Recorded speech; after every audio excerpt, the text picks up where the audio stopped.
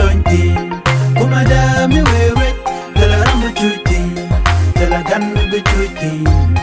tala meti bilonti kuma da mi wewe tala ramu chuti nirmala kenyam kanas dialen kondilian ka roisni ka nuer online tv ka jen gwasme dera nirmala angut kan kon nuwere rajdan banlat ka jen gwasme de je tijen go mi jira mi jidit ka kani nuer online tv men jek de jen no de jogi ku subscribe ke ku roini ti ke ler ti ku ka nywa ka nasen ko kien ko de kamala jek nasen konilian ga tungnas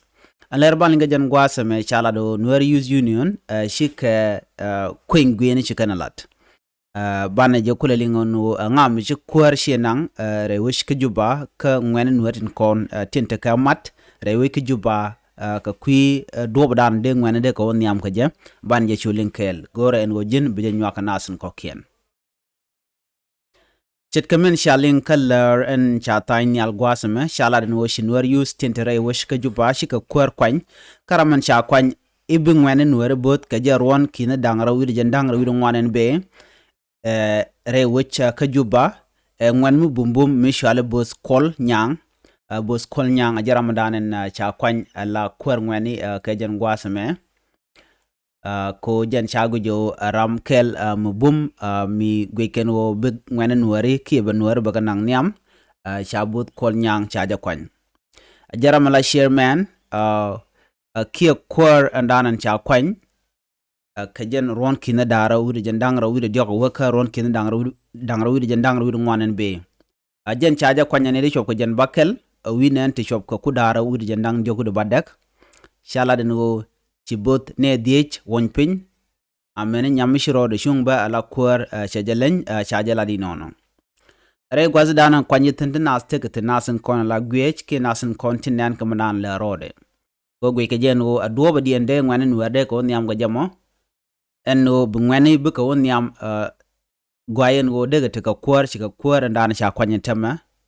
men buka bot awonyam di yenen gwaza danen kwanya katin chika wargana ken chika na kamnial kanyam danen shiro de shungba jenen yena mogo turu gwasme kana nas diala kokien tin shuwa en wini gwaza danen gorko ba kuäär en bungwani buka bos wonyam baje kwenten ngay ke jeno kan nuer use union re we ke Juba buga let ka kwi ngwana tongwan ka kwi shanga shop ko ngwani te ka ngwana to ngay ka ngwa long to dong de nuer de kan kamnial shala do beken ngwana to beken ka lwak re len kon beken ka lat ko bu nuer bu ko nyam kan shanga dan ke do badan de nuer de ko nyam ko je re nueri ki re we nuer ke liu re we ka so Sudan ne me jele dan yelinga jen gwasmen go shi kuäär dan la nas use union chicken chairperson ki ramdan la kuäär chicken kwany ka chaja jek ramishal ke bot kol nyang jaram dan benas bos karon kina dara wid jendang wid ngwan kon tem to kon ka pai wero ka let ken lad mo ka shang wal baro ka pai wero ron kina dara wid jendang wid diok wonas ka ron jidit mi mo ron kina dara wid jendang wid ngwan atazlan di long ko chi bot kol nyang cha jaram dan chi kuäär chi jek la jaram dan la kuäär ngwani re wicha ka Juba ki ga so Sudan binal diala kono gor ka ngwani tela nyin ngwani bukan shwa ka je ka baje te chi mete mu gor kan ode ngwande go nyam go je jaram dan baje ko bina roy ke je ajela dan yeli nga jen gwasme mi jaram jidit ka jen channel me de jiti no jen nywa kanas ko kien ko